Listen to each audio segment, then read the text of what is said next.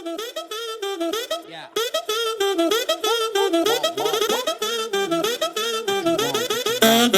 Yeah. Come and never sleep on me. Eyes on my chain 숙여 너의 고개를 what you looking at fool 너의 눈 허리 멍청했고 find your comfort from another yeah. I go low like undercover yeah. Wanna know my name 죽지 않은 일은 위에 부어버려 기름 guess you can even guess me cause I'm baby high low로 확실해 not like maybe Devil let me welcome to my palace 찾지 않아 Alice you just keep on wonder You just keep on wonder 찾지 않아 Alice 버려 너의 memory I just pop a bin Danny have been 나는 걸어 Boeing 747 날개 위 What's up, everybody? It's your boy Jonathan Lynham with these two BFFs, Colton Flatt and Caleb Mabry, and we're back once again to talk about James Bond. And we are at, I believe it's the 16th James Bond movie, License to Kill.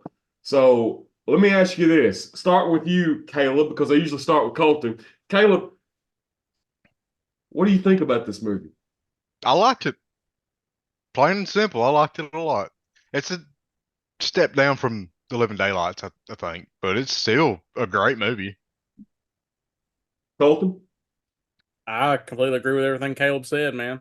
Like, great film. I love the Bond actor. I've never heard of this guy before, but he's great. His name's Roger Moore. Oh, okay. Dalton Moore. Dalton T. Bond. So this movie, I love this movie. It holds a very special place in my heart. It was one of the first James Bond movies I ever watched. It was one of the first I ever owned. My Aunt Kathy got it for me. Hey, shout out Aunt Kathy. Shout out to Aunt Kathy. Woo! Woo! Anyway, but yeah, I always loved this one. Had a lot of fun with it. So I want to say something about this movie first. Before we really get into it, I've heard a lot of people saying that this was really, people say that Dalton is the most Fleming Bond of all of them. So I think if you take Dalton in The Living Daylights, yes, I would say he is very Fleming in The Living Daylights. But I do not think that License to Kill is necessarily extremely Fleming-like. It's like License to Kill is like if you take Ian Fleming's Bond and put him in the Lethal Weapon universe. Yes. So one thing that I want to bring up, and out of both of y'all, have you read the novel Live and Let Die? I have. Okay, so in the novel Live and Let Die, this is where the scene where Felix gets his limbs bitten off. That's where that comes from. Yep. In the novel, Bond did not go on a vendetta after that. He just simply continued the mission.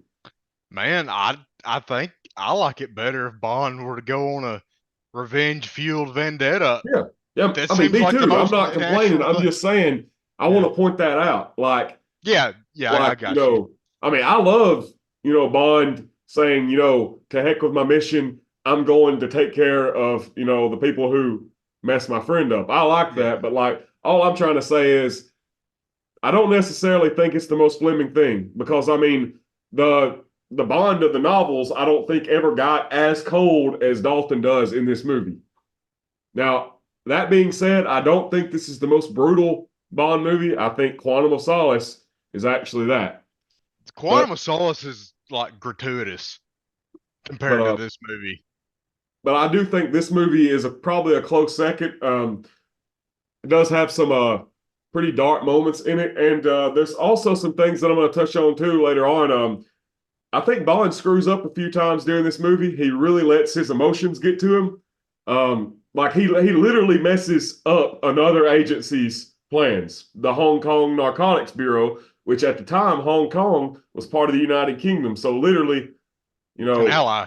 He is literally interfering with his own people's crusade, in Yeah. this movie. But we will get to that whenever we get to that. Like I do feel like this movie really did capture Timothy Dalton's just his. I think he put everything he had into this movie. I mean, he is completely like. I mean, I buy him as cold and dark as he gets in this movie. I'm like, okay, like he plays it off good. Roger Moore could not have done this movie. You know what I mean? Oh Like, no.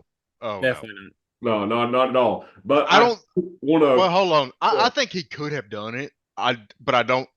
I think it definitely would have had a different flavor. Yeah. if Roger had done this movie, it would have just been For Your Eyes Only Part 2. Pretty much. Yeah. That's a good way to put it. Yeah. And I would have been fine with that. But Oh yeah, sure. anything that like takes away from my amount of Timothy Dalton I have in my life, I'm sad about it. So Oh yeah. Something that I learned, thanks to Jonathan pointing it out, I think, is that you catch these little glimpses of Roger Moore pulling off those colder moments throughout. You get it sort of sprinkled throughout his entire Yeah. run. It's few and far between. But with that being said, that kind of tells me that I think you could throw him into this movie and he would be able to pull it off well. Just maybe not quite as cold. Yeah. Yeah. But I mean, with all that being said, I just want to go ahead and just like jump right in. I do want to talk about the gun barrel in this one just to highlight the music that is used in the gun barrel. I mean, this music is pretty bold and pretty serious from the start. Like as soon as you hear that gun barrel theme, you know that you're in for a kind of a different ride than maybe what you've been used to in the past. It's aggressive. Very aggressive, very, very like loud, bombastic. It's not subdued, it's right in your face. And so what do you think about the whole like Bond and Felix? Well, they're all in the car in the Rolls Royce and they're, going to Felix's wedding. Of course, the helicopter apparently just knows where they're at all times and stops and they get out and go on a mission. Of course, this cannot be at a worse time. A man's trying to go get married. Yeah. So anyway, what do you think about the first part, the pre-title sequence, Bond and Felix, going out, capturing Sanchez? How do you feel about all of it? I want to point out something kind of funny. In the last episode, I literally said it seems like Roger Moore's Bond goes on vacation and he just happens upon a mission. That's literally what happens here. Yeah. Maybe not to that extent, but like it does seem a little circumstantial, doesn't it? Yeah, most definitely. It is a little bit of a stretch, but I don't mind it that much. The biggest issue that I have is it kind of makes Felix look kind of naive, because if I hear that this big drug lord that we've been after for however long is here at the same location that I'm having my wedding, I'm calling the wedding off. And if I feel the need to go after him, I'm definitely calling the wedding off and like getting the hell out of Dodge. Yeah.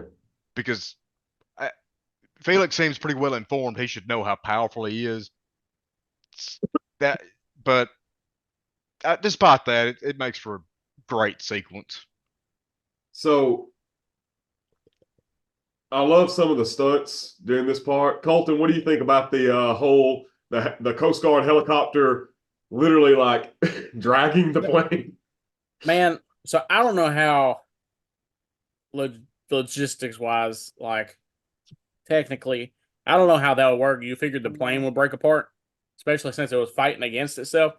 But like for storytelling element, I think it's dope. Just because it's something we haven't seen. Like if I can't imagine somebody jumping from a helicopter to a plane, or yeah, from a helicopter to a plane and then hooking a plane, it's James Bond. Like that's the guy to do that, and I have no complaints about it. man, I love this, and I love when they successfully handle the mission, and then Felix jumps out the helicopter with both hats. He's like, Yep. he gives James his hat. It's perfect. Yeah. Like, That's why I was like saying that's why I don't mind it, because the payoff is so good. Like the sequence just wraps up so nicely. yeah, it's just got so much charm. Like, It is, and we get a little bit of sadism with Franz Sanchez. We see our villain right at the beginning, and we also see one of our, well, I guess you would say the secondary Bond girl, Lupe. What's her last name? something Hispanic or another. Yeah. That's it. I'm kidding.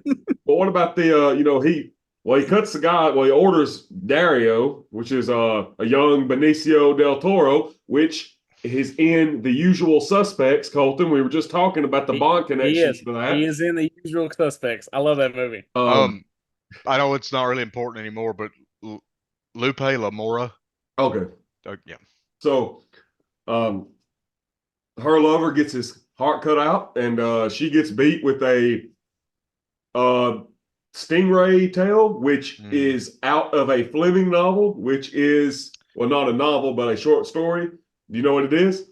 The Hildebrand rarity? It's definitely the Hildebrand rarity, yes. Okay. And in the Hildebrand rarity, the guy that uses that is a guy named Milton Crest, who is also in this movie, but does not use the whip. So I would like to say that scene is really kind of twisted. Yeah. Like her Definitely. crying and everything. Like this woman's cheating on this man, and he's got problems. Like, why is he wanting a woman that cheats on him anyway?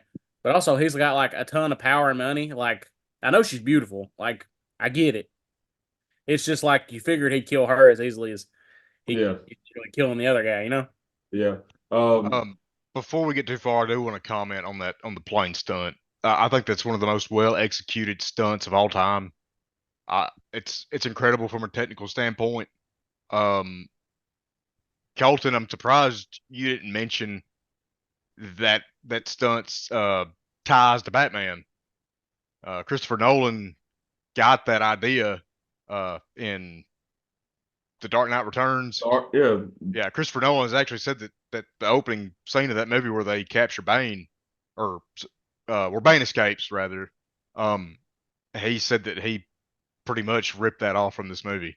So, I didn't know that. Did you not? Okay, cool. Well, I'm glad I was the one to tell you. So, as much as I respect Nolan as a director, I haven't watched nearly as many behind the scene things on his stuff. But he's phenomenal, and I love those movies. So yeah, I guess when I watched that movie, I wasn't paying attention to the stunt as much as I was paying attention to Bane's portrayal. I was just trying to make sense of that whole scene. Like, why is? Well, it doesn't pay off till later in the movie. Yeah. So like the Nolan's plot lines, man. I don't even want to get into that. But this movie just kind of starts out balls to the wall. Like it does not give the audience time to sort of. He staples them to the wall, and they stay there the rest of the movie. Yeah. It's like you get thrown into this movie. Well, it's like Jonathan said right off the bat. The gun barrel theme is like way more aggressive, and then before you know it, you're watching this poor woman get beat with a stingray tail. It's like, but that's not me complaining. I like the edgier tone. Yeah. I want to go ahead and say this right now. I'm actually drinking something that is in the movie. Bond orders one of these, but does not actually drink it. Bud with a lime. The lime's inside here, but I just thought, I was working earlier today, and I was like, you know what? I'm gonna get me some Budweiser and some limes and have it for the pod today. You know what I mean? Where's the lime? I didn't see the lime. It's inside it. Okay, yeah. Okay. But he downed it before we got in. I guess I was expecting it to look like the Corona commercial with the lime sticking out the top. Well, it Uh, was, but then I pushed her down in there. So, I but got you. one thing I do want to say, and this kind of goes with what you were saying, Caleb, about Lethal Weapon. This movie is, I think it's very influenced by a lot of different other works. Like I always thought it was definitely influenced by Scarface, Mm-hmm. Yeah. which it came out in the early 80s. This is 1989. Also the movie Wall Street, the movie that's like greed is good. That that banker later on in the movie, the accountant, I definitely would think he would probably be influenced by that. Yeah. The John Gardner novelization of this movie makes a reference to that guy, like being very much like that movie, Wall Street. Also, well, like you said, Lethal Weapon, Die Hard, that kind of movie, kind of Miami more. Vice. Yeah, oh yeah, Miami Vice. Also, just Pablo Escobar, who's a real life dude. Just him, the character of Fran Sanchez is kind of like him. He was a big deal, like a drug trafficker. Yeah. Um, Also the story, there's a Japanese story about a samurai that plays like he goes into a town that's ran by a villain, and he like plays his organization against each other. What is it, Ronin or something like that? I think it's got Ronin in the name. I think this movie was very influenced by that because Bond is literally infiltrating Sanchez's organization later on in the movie and playing against each other. I'm about to look it up. Is it 47 Ronin? 47 Ronin is what it is, isn't it? Okay. Man. So Go ahead, that's the Colton. Keanu Reeves movie, right? Yes, but now I knew at the time that was released. Was it 2012? No, 2013. I knew at the time that was a remake. Yeah. So, I'm guessing the original is has the same title, the 47 Ronin. Okay, yeah, I believe this is it, 1941. Yeah. Um, I wish I could say that I've seen either of these movies. I haven't, so I can't really speak to the parallels or the themes that Yeah. these two movies might share. But I just think that's an interesting plot, really. I don't think that we've seen Bond sort of weasel his way into an evil organization to this extent, because he's kind of like he's with Sanchez for pretty much the last third of the movie, when you Yeah. say, sort of playing along. So anyway, of course, Bond and Felix, they save the day, capture Sanchez, and of course they, like Colton said, they parachute down to the wedding. So the day is saved, everything's good. That launches into our title sequence. So what do you think about the title sequence this time around? I'm going to go ahead and say this about it. This is one of my favorite songs in the whole Bond music catalog. I love this song.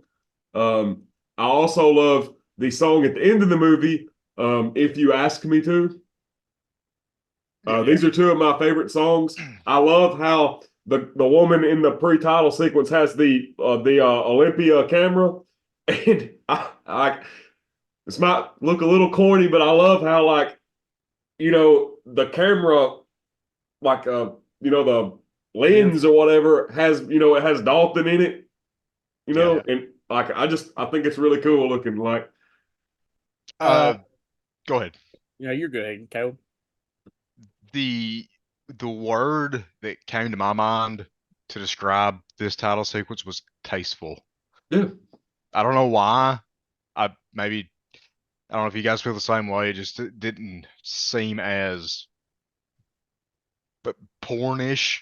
yeah, I hear you. Well, I feel like they were really trying to turn that Roger Moore dial with the song and some of the shots, but not, like Caleb said, not pornish. Like I just feel like they were trying to pull back on like some of the earlier John Glenn tenure, personally. And also, like, yeah, let's talk about John Glenn. This is John Glenn's last Bond movie, and we will be waving goodbye to a friend. Definitely a friend. This is a lot of goodbyes to a lot of people. Yeah, Robert Yeah. Brown. Robert Cigarettes. Brown, the actress that plays Moneypenny, Like Timothy Colton just Dalton. said, cigarettes. of course. Cigarettes, yeah. Okay, yeah, cigarette. I was gonna say no, Die Another Day, but that was a cigar. I love that Dalton smokes in these movies. I don't know I what do- it is about James I do Bond too. cigarettes, but They just need to pay the money in the next Bond franchise to have him smoke, give it an R rating. Just go with it, man. Like, it is such a Bond aesthetic. yes, It is, but like I mean, even though we know cigarettes cause cancer, James Bond smokes, and he knows it's bad for him, but he does it anyway. That's just him. James Bond knows he's not going to live long enough to get cancer anyway. Yeah. Like Bond knows that, hey, I'm more than likely going to get killed on one of these assignments one day. That's why I'm drinking like a fish and smoking like a chimney and taking some pills too. Like, you know, the only thing that kind of doesn't make sense is how in shape he stays. Yeah, most definitely. Like, That's because back in the day, it was healthy to smoke. Yeah, before they started putting all those carcinogens in the cigarettes. But I mean, just look at Tony Hawk. He smoked for 40 years. Really? No, definitely not. No. Okay, I was about to say, whoa. He might. I've never seen him smoke. He might have smoked at some point. I don't know. Sorry for the false advertising, Tony Hawk. You know, Tony Hawk, when he hears this, is going to get mad. Tony Hawk said the only way he can do a 900 is with a Marlboro in his mouth. I believe it. But yeah. Anyway, I do dig the title sequence. I just love this song so much. Like, you know, and I've heard people say it's a corny song, but I don't really care. I love it. I don't think it's that corny. I like the song fine. I just feel like we lost a little bit of that magic we had with the 80s poppy tone. It's hard to top that though, man. There's a lot of things in the Living Daylights that it's hard to top. Yeah, no, you're right. I'm not complaining. I'm just it was just something that was missed, I think. I'm not talking bad about this one. Yeah. Well, he didn't do the music for this one, did he? He did not. No. Yeah. And not trying to take anything away from y'all's opinions. I mean, the song just didn't really stick out to me. I got you. That's okay. But now I do have poor taste. I'll grant you that. But no, I don't think you have poor taste. I think every different things hit differently for different folks. Yeah. That's all it is. That's not to say that it was a bad song necessarily. Just didn't really. I don't know. Just didn't do it for me. It didn't rub me with a mink glove. Well, it definitely did me. I'll be honest with you. But that's a throwback for our listeners out there. So anyway, and I want to talk about Caleb said Moneypenny. Moneypenny's barely in this movie, but man, I really just had the biggest crush on her. The girl that plays Moneypenny, like beautiful, John. Carolyn Bliss, like, but A1 Moneypenny right there. Definitely. Anyway, so after the title sequence, we get Bond. You know, he's enjoying the festivities at Felix's place. So I want to say this: Bond and Felix's wife are way too like touchy-feely. There's something going on there, clearly. Like maybe Bond and Felix like were taking turns with her. Like so, it's a little bit. They are very comfortable with each other. So like, Bond totally had a thing with her and was like, he did his usual thing. He's like, I'm not going to be here for this relationship. You know who will? My friend from in all seriousness, I had considered that angle. Did y'all ever watch Three's Company? A little bit. But I don't remember anything from it. Felix's wife was one of the women on that show. She wasn't one of the main three, though, right? Yes. Yeah, was? she was. Yeah. Yeah. So yeah, that's true. So early Three's Company was like Suzanne Summers and Joyce DeWitt. Well, later on they got another girl, and then later on they got another girl, which is this girl. Oh, okay. I did not see the later seasons. Yeah, I used to watch Three's Company a lot whenever I was a kid. I would not watch that show for anything now. I don't really care about it anymore. But whenever I was a kid, I loved it. I remember, being at my grandmother's and the television in the playroom, I guess you call it. That's one of the channels that it picked up was TV Land. Yeah. So I just love John Ritter, man. Yeah. IP. He was Rip John Ritter. He was a legend. Yes. But anyway, it was like legend's not what I would have said. So Colton, this is actually a memory me and you can share. So whenever Tyler got married, I thought it was so awesome that he got us lighters because James Bond gets a lighter in this movie, because Bond is Felix's best man, you know what I mean? Yeah. So, and he gets that lighter. And whenever I was, a groomsman in Tyler's wedding, he gave us all lighters. And I was like, that is so Bondish. You know what I mean? Like, so was that because of this movie? No, I don't think so. I think Tyler's not a Bond fan, so he might have seen this film, but I really doubt it. I don't think he's seen this one. Like, it's probably not. It's still cool though. Yeah, that's a cool gift. Oh yeah. I would love to be able to find mine. I have no idea. Dude, I still have mine. Back whenever I smoked, I used that thing for years. Well, I do not know where I had all my lighters and all my knives in like a glass display box and broke the glass in it, and then I had to put them in different totes. I don't know where they're at. That's not related to the story at all. Back to from Felix and Della with love. We also get a quick glimpse of Pam Bouvier, who is the main Bond girl. Whenever Bond goes into Felix's office, and we also get a little bit of plot when we see Felix put the CD in the picture, which is going to be important later on whenever Bond decides to come back and pay a visit to the house. So, of course, Bond leaves, after partying, apparently, all day at Felix's house. He leaves, but before he leaves, he gets actually get a shout out to Bond's being married at one time. Mm-hmm. Man, I have something I would like to say about this, if you don't mind me going on a rant for a minute. Go ahead. So that moment is probably one of my favorite things about this film. Anything that references Bond's deceased wife, I love. Like, I love those callbacks. They really hit a chord for me. I know I'm a newer Bond fan, but like, it really solidifies this scene and this movie for me in general. And not to put the cart before the horse, but like, this movie really shows you just how alike Felix and James really are. Mm-hmm. This movie, the reason it's so, I guess I would say personal to me, but really personal to James, and the whole reason he goes on this vendetta so hard, it's literally because it is the same exact thing that happened to him. Yeah, they both lose their wives. Bond is a widower too, Yeah.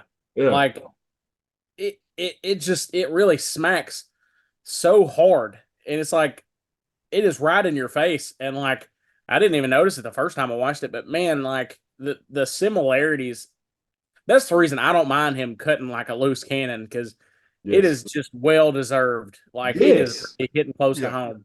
That's something that I was going to bring up later, because I agree with what Jonathan said earlier on, when he was like, we see Bond make some mistakes and kind of screw up the plot for the allies that were trying to take down Sanchez. But I was like, yeah, that was kind of a dumb move on his part, but it's like, he's so blinded by rage, and it's deserved. That's what I was touching on when you said that it's deserved. It really is. And one thing Dalton does really well It's present in the scene where he goes back to their house and finds them in their condition. Um, you can tell that he's trying to restrain his anger, but it is so apparent that like he's so angry. It's just he performs that emotion and he in the restraint of that emotion really, really well. I don't. It's hard to explain.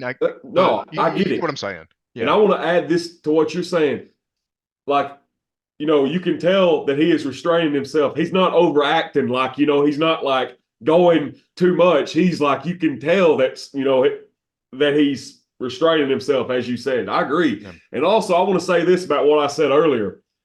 I'm not somebody who, I mean, of course, I love Ian Fleming. I mean, I had pictures of Ian Fleming up at my classrooms, you know what I mean? But that being said, I am fine with the movies doing different things than the books. Just because I said it wasn't Fleming for Bond to go on this vendetta, I'm most definitely agreeing.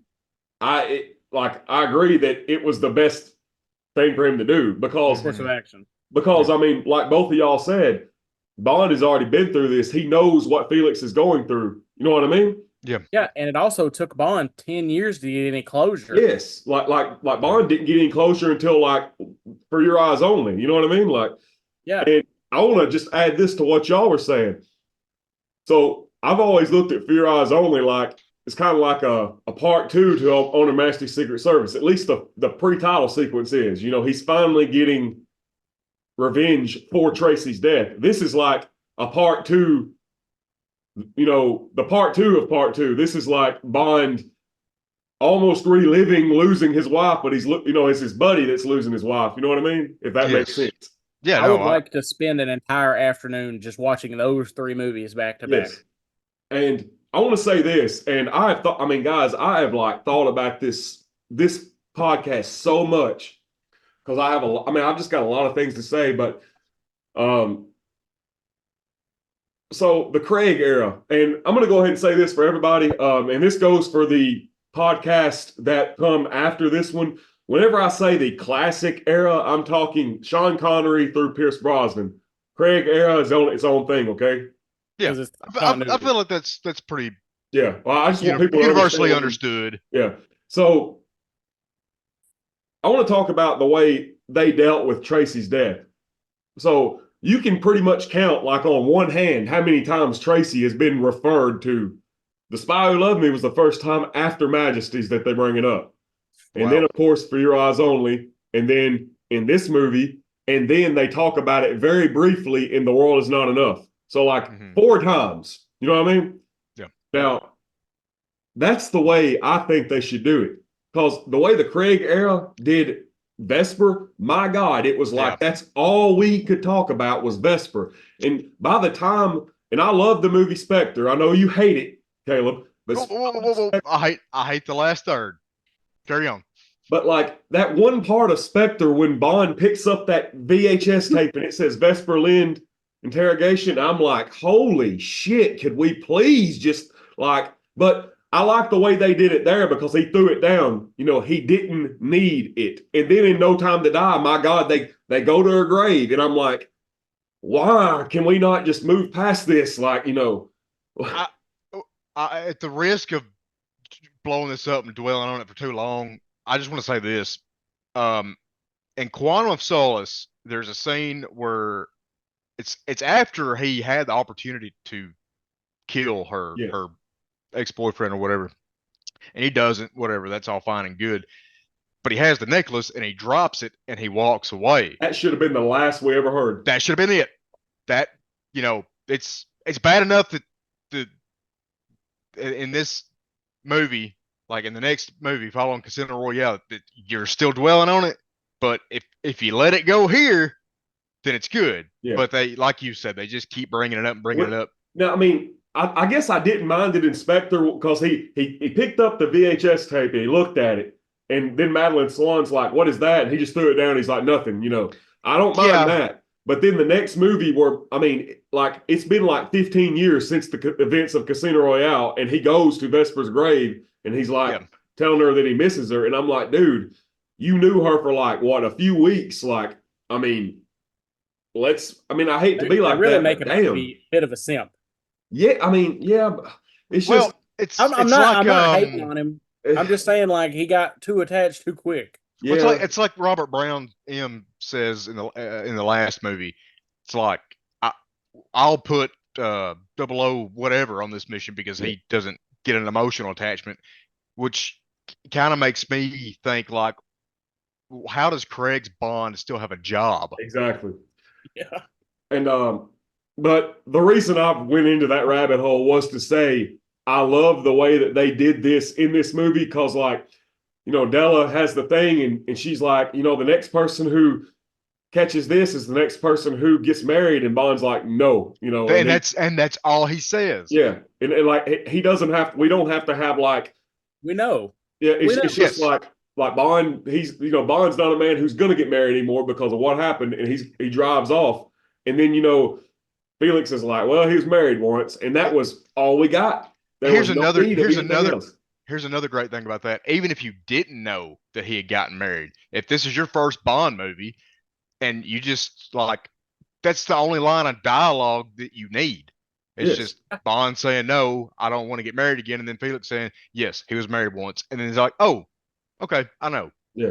I like the way they it's handled very well. Yes. Yeah. And I think they handled it infinitely better than the Craig era handled. I agree. Vesper. And don't get me wrong, I love Vesper Lynn. I love Ava Green as an actor. I do too. But I love Casino Royale. As y'all know, it's one of my favorite Bond movies. Yeah. But the subsequent movies that keep trying to harken back to that relationship almost detracts from that movie. Yes, I agree. But anyway, let's get back. I know I went off for a second, but I just had to say something because I've thought about it so much. But well, I am glad that you brought it up. I agree. So of course we get Felix and his wife being taken by Sanchez and his men. And of course, I think it's implied that Felix's wife was definitely raped and then killed. And, Felix, I guess they thought that he was probably dead. And I don't know if y'all remember this, but the little note that says he disagreed with someone that ate him, that was actually from the novel Live and Let Die. And I want to say this. So have either of y'all read any of the John Gardner novels? I have not. So John Gardner did a novelization of this movie. In the John Gardner novel of this movie, see, John Gardner's trying to keep it in line with the original Fleming novels. They actually have Felix Leiter get sharp bit again in that book with the same note attached to him again. So does it actually like try to explain it, or is it just... the chapter is called "Sometimes Lightning Does Strike Twice," and but it's explained that I think a lot of what the shark bit off was like his prosthetic limbs. You know what I mean? But still, Felix is in bad shape, and but I just thought it was crazy that Gardner tried that hard to make it fit in. Poor old Felix is like the most unlucky dude ever.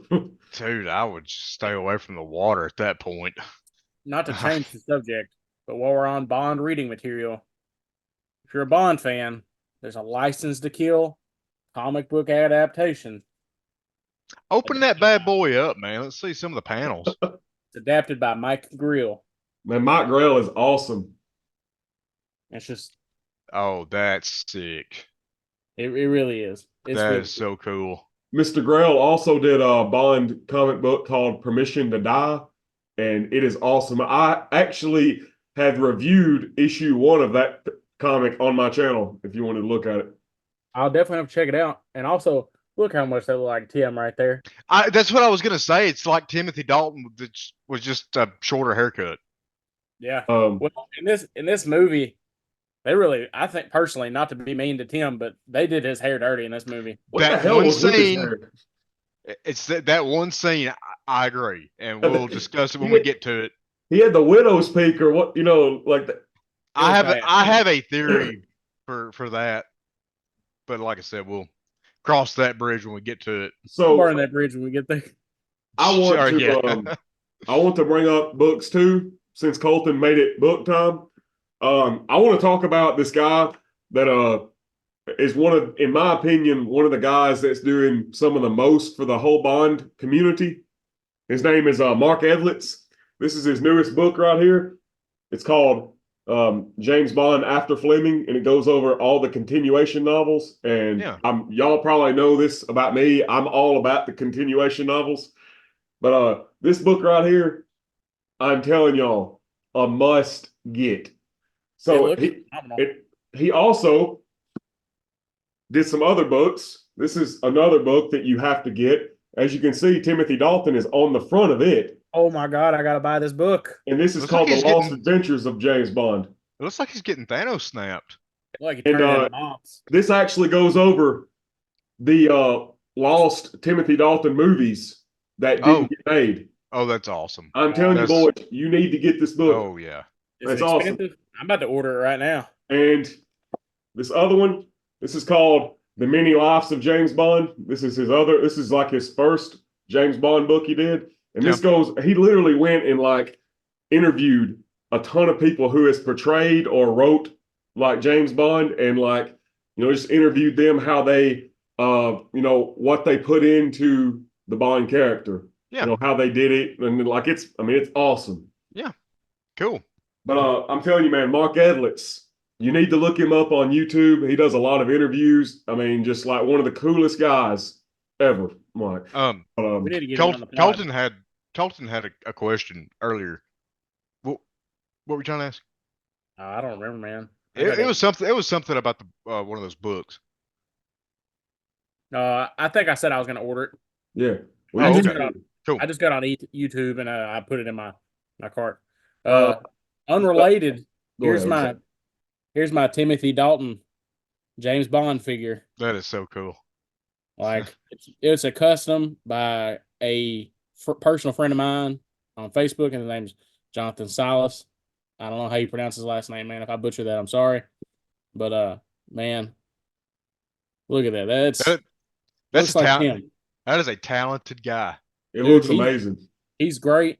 He's done all the Bond heads. He sells them, and man, he's just a great person in general. So shout out to Jonathan. So Yeah. Shout out Aunt Kathy. shout out Aunt Kathy.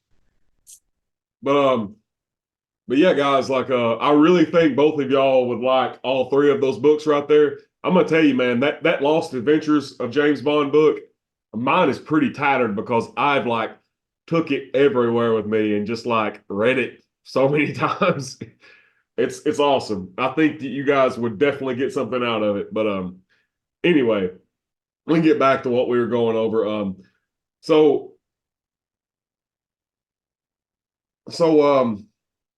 pretty much we see old Felix Leiter's buddy, Ed Killefer, is the one that breaks Sanchez out of police custody. And this guy, just from the start, he's kind of shady. Anybody that's calling you old buddy every 5 seconds is probably not your buddy. Yeah, especially when you just met him and he's calling you that. He's definitely a scuzzbag. Yeah, most definitely. And well, of course, we see him get his comeuppance quite quick.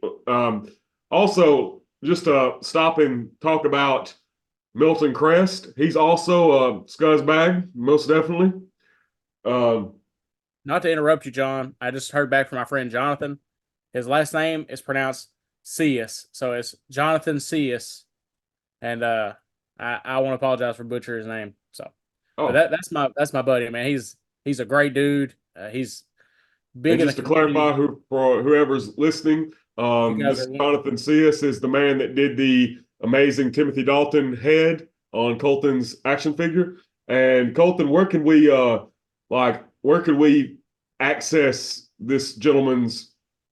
So right now, if you guys look me up on Facebook, I can get you guys in touch with Jonathan. I can point you guys in the right direction. He doesn't have a page yet. He will eventually, but he just does it through his personal page now. Man, his work superb. And if you get a James Bond head from him, or any of his, he does DC and other comic related stuff too. Any of his work is exceptional. So you guys would not be disappointed. Now, sorry, Definitely not. Of course, I have that one that I've still got to send him money for, which I'm just gonna have to set an alarm on my phone that says send money to dude. But I will most definitely be getting all the Bond heads from him, and just like I know this is not.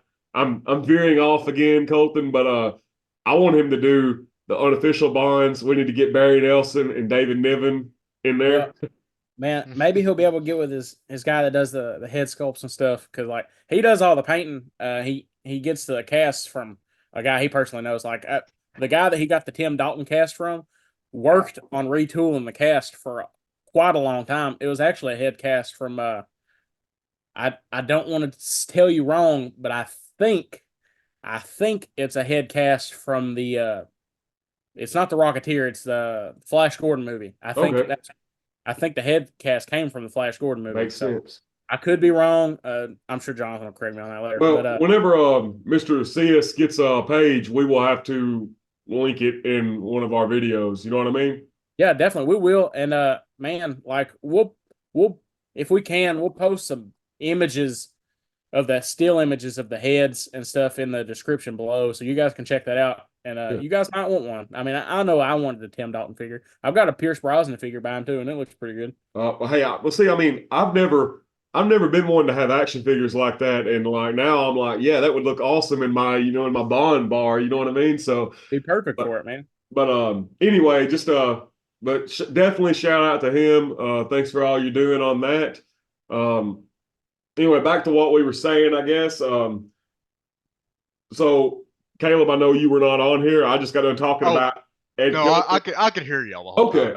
Yeah, So we were talking about Killifer and Milton Crest, just kind of some of the rogues gallery that we get throughout this movie. And of course, whenever Bond's going to get on his airplane, he figures out, hey, Sanchez has been, he's escaped. And so he then goes, of course, right back to Felix's house, where he discovers Felix and Della. And of course, Della is dead. And of course, that plays into what you were just talking about with the intensity that Dalton has. And of course, Bond, of course, at this moment, he's looking at Felix. He probably already thinks, man, Felix is dead, but then Felix starts gurgling, and Bond's like, okay, well, he's alive. And so of course, the police come. Go ahead, what? But if you sorry to interrupt you one last time, John. If you guys will notice, Felix surviving this just shows you again how this is an American James Bond. Definitely. Like, this guy will not die, just like James Bond will not die. Something I want to say too. Go ahead. What? I said spoilers. Something I want to say too. I always thought it was kind of weird that after this movie we don't see Felix in the classic era again. We get Jack Wade. In the novels, the second novel, Live and Let Die, is when Felix loses his leg and his arm, and we get him in a ton more novels. And he's like, he's like a peg leg and got a hook for an arm, but he's still a badass. You know what I mean? He's like, he's cool as hell. But like,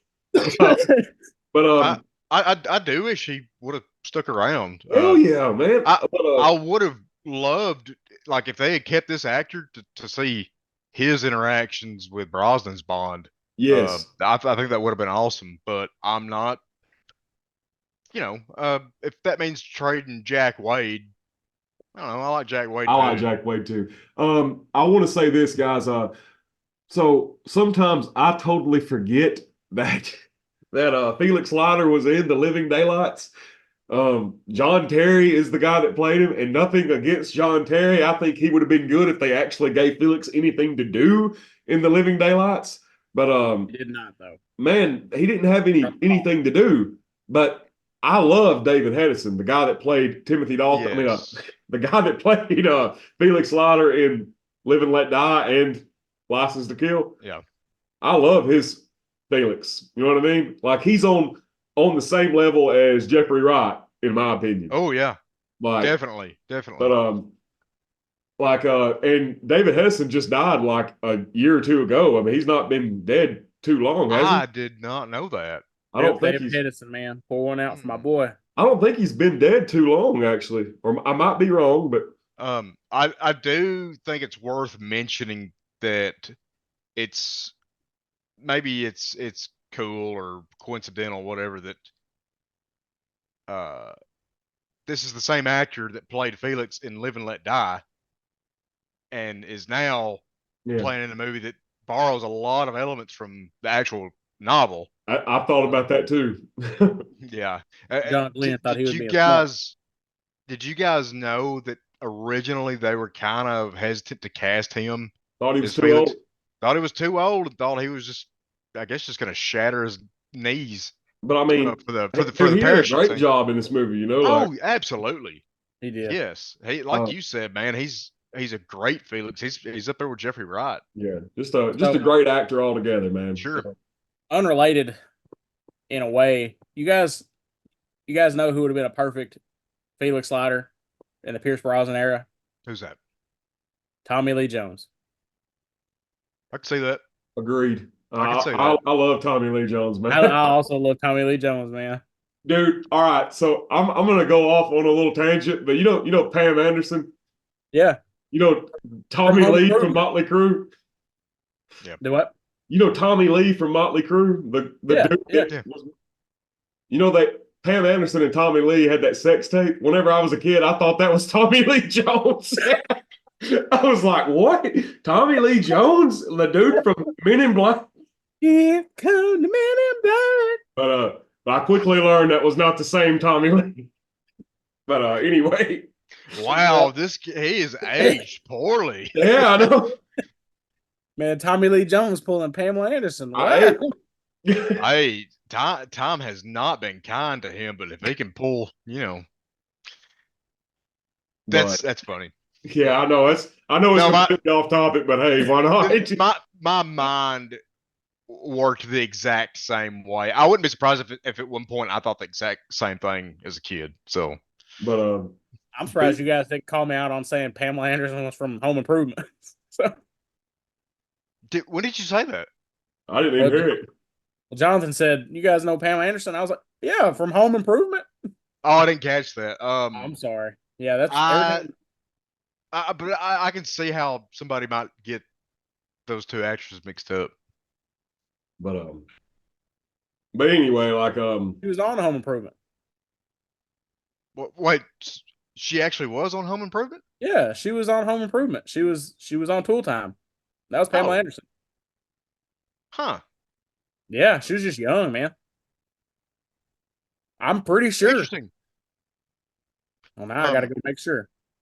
But I think I think Tim Allen played a really good Toolman.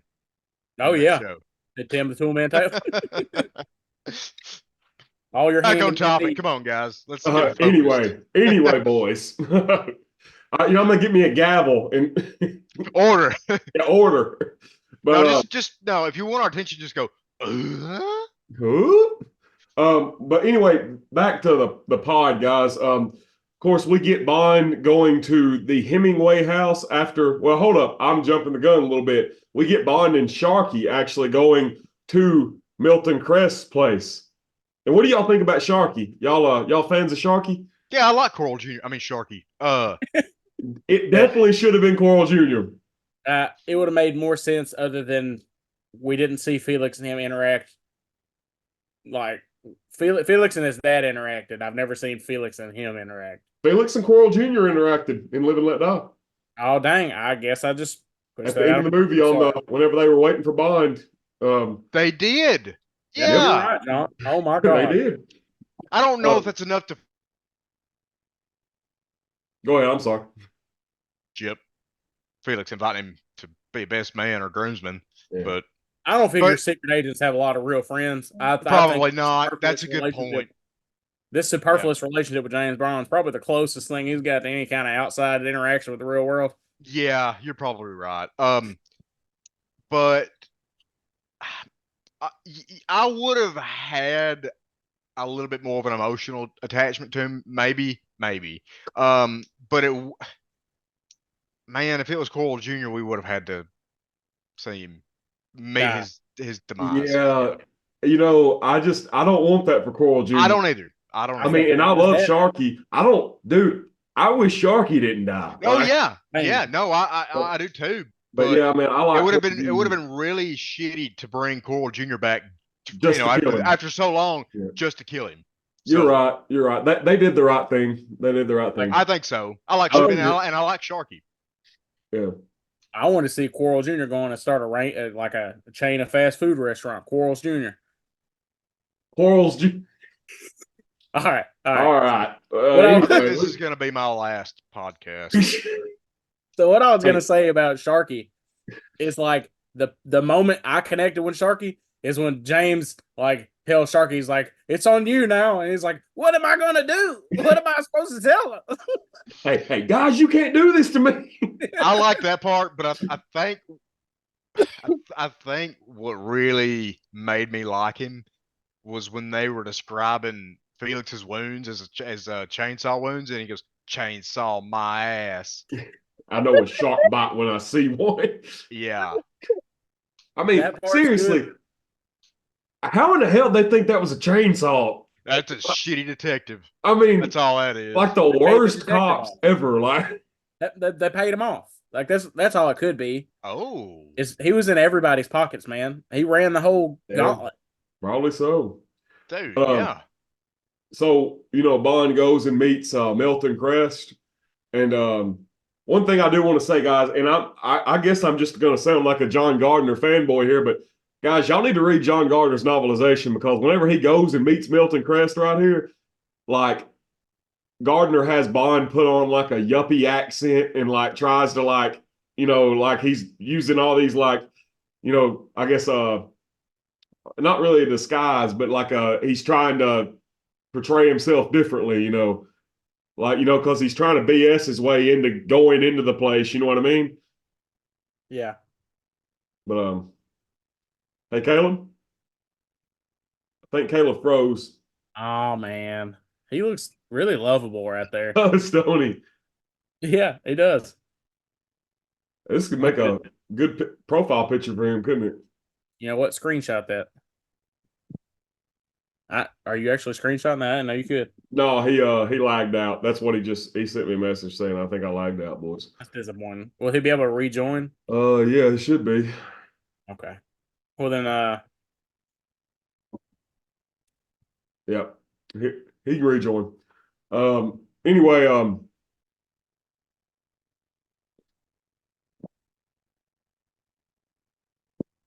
so there's something I'd like to say about the we've got to the sequence. We might not have got there yet. We might need to wait on Caleb anyway. he's in it. Are y'all still recording? Yes. Yeah. Okay, good deal. All right. Sorry about that. My You're internet. good. You're good. I forgot to pay the internet bill. Hey, When No. you hated trying it, to be probably like just me didn't from update. earlier? What's that? You trying to be like me earlier? No, I'm just kidding. It just randomly lags out sometimes. What was you saying, Go. Colton? Good old Spectrum. Yep. That should be the next James Bond movie where he's trying to kill an internet repairman. Spectrum. Yeah. Spectrum. He's Yep. like taking out a personal vendetta on the guy who's ruining his internet connection. I would single-handedly make that movie turn a profit. It would. Everybody hates Spectrum. Yeah, I'm saying me alone. If I was the only one that went and watched it, I would just keep going back and watch it Judo over chop. and over and over. So, what was you saying, Colton? All right, so have we got to the part where they're in the abandoned the fish warehouse? It's not abandoned, but okay, so we're in there. So have we talked about Bond killing the guy yet? Not yet, but now's a good time to do it. Go ahead, John. No, you first. And I don't want to mess up the chain of events. You go ahead. Okay. So, all right. So later that night, Bond and Sharky go to infiltrate the warehouse, which is also taken from the novel Live and Let Die, but it's Bond and Felix Leiter going into the place. Well, more like James Bond going in while actually I just messed up the novel anyway. Um, yeah, in the novel Live and Let Die, Felix has already been like fed to the shark or whatever, and Bond goes there to figure out what's going on. This is that same scene, but it's like updated Just for the movie. yeah. Sorry, Just I got a little messed up there, boys. well, I was trying to remember it for myself because it's been so long since I've read it. But yeah, I think that's right. Yeah. In the novel, the guy that Bond feeds to the shark is called, I mean, it's really not a good name. They just call him the robber in the novel. But of course, in the movie, Bond feeds Ed Killefer to the shark. But before that, we get a really brutal scene of like Bond electrocuting a guy with an electric eel. Perfection. You guys, I know, Jonathan, you played like Agent Under Fire and Night Fire. Yes, bro. So this scene right here, I just pictured the 007 emblem popping up at the top of the screen like it would in the video game when you the got Bond those moments. when you got those like really cinematic type of kills. That would have been one of those moments. Yes, most definitely. Colton, what did you want to add, my boy? I forget his exact words when he kills Ed, but when he throws that money in there on him, He says, I was like, Oh, I remember what he said distinctly. he said, What's you it? earned it. Yeah. Keep it, old buddy. When we talk Yeah. about that's we what it was. that scene made me think that we bring up the cold kills and the cold lines all the time. I don't think we've mentioned that one. I think that is up there like in the top 5 coldest kills, coupled with one of the coldest lines. I love that so much. I'm not trying to like give this an explicit rating on this podcast, but I fucking love that kill. That is my favorite James Bond kill. Like it is.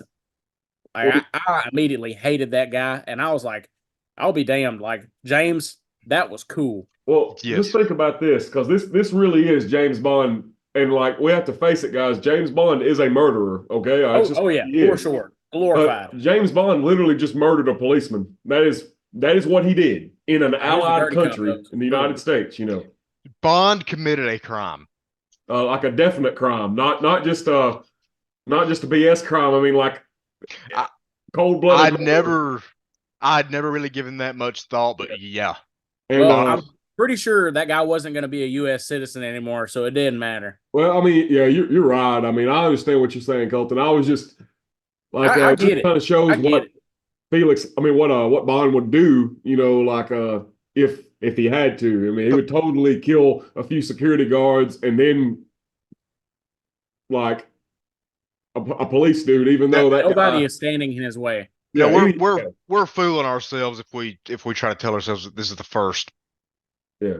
I won't say innocent person that Bond has killed, but you know. Well, if you look at it like this, at least James is doing it in a way where there's not going to be any evidence. Nothing. Whether there's evidence or not, I'm still. I mean, I think we're all on Bond's side here. Oh yeah, most definitely. That dude deserved it. But now for sure. I don't think. Well, the United States judicial process might have a different opinion. Yeah, but if there ain't no habeas corpus, there ain't no court case. Chainsaw my ass. Failure to report. So the next scene we get Bond going to meet him, and Robert Brown is at his like pissed offness. Like, I mean, you could tell, like, you know, Bond is already supposed to be in Istanbul. He's not even supposed to be in America. Robert Brown has had to come to America to get his agent. Yeah. So this is probably one of my favorite scenes in the whole movie. If this is the part where Bond goes rogue, right? Yep. So I don't know if you guys feel the same way, but I get such a fatherly connection from Robert Brown's M here. Like you can hear it in his voice whenever Bond goes off on his own and the agent goes to shoot at Bond and he's like, don't shoot, there's 2 people. they're in the woods, man. Like they are in the woods. Like there is nobody around. He just didn't want to see his boy die. Yeah. And then he even said, God help you, Commander. Yeah. Like They're That- actually at it's, Ernest um, Hemingway's house. There. Yeah. yes, yeah. Yeah. Um. I'm glad you brought that up. Yeah. Like. One thing I want to Go ahead. go ahead. I was just gonna say, I, it's kind of ambiguous. So when I first watched this scene, I really wasn't sure if Robert Brown's M was telling him to stop shooting because he actually cared. Regardless, it's still a great scene, and Robert Brown's performance is great here too. But one thing that I will give Bernard Lee's M credit for is anytime that this sort of thing happened in a previous Bond movie, you always had this feeling that Bernard Lee was kind of like kind of in on it. You know what I Yeah. mean? Like I'm trying to think of a good example, but basically, whenever say took him off an assignment and like let's Bond, you take 2 weeks leave. It's kind of like it was kind of like his way of saying like, okay, You gotta take care of go yourself. handle it off the books. Yes. And I didn't really get that from this scene, Yeah. but the way Colton put it, it's like he probably was trying to eh, spare him from getting shot. Like he in a way, it's like he wanted to see Bond succeed at this. So in- the way I look in at my it, I think M was most definitely trying to cover his own ass because this is his agent who is in an allied country, Yeah, place up, killing people. But at the same time, he don't want to see Bond get killed by, just this dude right here. You know what I mean? yeah, Like, if you'll not to interrupt, John, but if you guys will look at it, like this is the same M in my head canon as the M from On Her Majesty's Secret Service. He was at Bond's wedding. He knows what Bond's going through. He knows what Bond's feeling. Like he knows Yeah. James is upset. yeah. Like So to You can you, tell. this is just a formality. This whole thing is just a formality, but really, he doesn't want James to go and get hurt or die. okay. Like So this would be James needlessly dying for something that he didn't have to do. I see the fatherly aspect now. I get what you're saying. Yeah. That makes a lot of sense. Yeah. I understand what you're saying too, Colton. I'm sorry, guys. That's just like- No. I'm really glad that you sort of shed some light on it because it's not that I didn't understand the scene, but like looking at it from that perspective makes it a lot better to me. I think that's why it hits so hard for me. So that's why I wanted to vocalize that to you guys. Because Maybe I want to be spoon fed. You know what I mean? get it. Yeah. Because remember me saying it's sort of ambiguous and like what's really going on, but I don't know that it's kind of obvious when you explain it. Well, you just feel it if you're paying attention to Robert Brown's like the emotions like coming through his facial expressions, his exasperation, and his dialogue. Like it's there, but if you're not looking for it, you could easily miss it. Yeah, because it's just well, like another M scene. I think what was hindering me from latching onto that was that in my head canon, this is the character that was introduced in The Spy Who Loved Me. Like, no, seriously, like that's I know. he just got a promotion as M not too long ago. That's how I view it. Yeah. So the relationship isn't there for me. But if you consider it the same character, then yeah, it makes it gives it a little more depth, I think. Which is something I feel like I'm desperately looking for depth in these older movies anyway. So Well, I'm not saying it's not there. It's just like I want a connection. Yes, I do the same thing. And if you're not careful, you'll find a lot of things that aren't there. But in this case, I think you're onto something. I mean, I think you're exactly right. Yeah. And I want to bring something up a little bit later on and talk about how the novel deals with it, but I will bring it up in a second. And it goes into what Colton's talking about. So, Awesome. Thank you, boys. I'm sorry to get on my soapbox. No, it's all good. Don't worry about it. I'm here for it, man. Yeah. Seriously. So, of course, we get Bond breaking back into Felix's house, getting the CD, using his computer, and meeting up with Pam Bouvier at a bar. And this is when the movie takes a little bit of inspiration from Roadhouse. We see Dario. And also, I want to say this. Of course, y'all know I'm a history teacher. Dario is presented, this is Benicio del Toro's character, presented as a man that was once part of the group, the Contras. The Contras were a right-wing faction that was they were in Nicaragua, and they fought the Sandinistas, which were a left-leaning communist organization. So Dario was actually kicked out of the Contras for being too brutal. So he's a bad guy. Oh, yeah. I like how the Contras were a big deal during the 80s. So I like how they kind of incorporated that a little bit. Yeah. So when they're at this bar, I think it's what, the Barrelhead? Is that what the bar is called? I'm not sure. Of course, Bond, he goes there and goes in, and one thing that we kind of hold up one second. Sorry, I had a brain moment. Anyway, so he goes in, he meets up with Pam Bouvier. They come over, they get some beers, then of course we get the biggest bar fight ever. So what do y'all think about this scene? I like the comic relief in this scene. It's not, it's not that it's subtle, but it's not over the top goofy. Like that could easily happen in a bar full of drunk people. If some guy sees somebody throwing a punch and then he throws a punch, it could easily snowball into this huge bar fight that we see. My only gripe is the shotgun blowing that perfect hole in the wall. I know.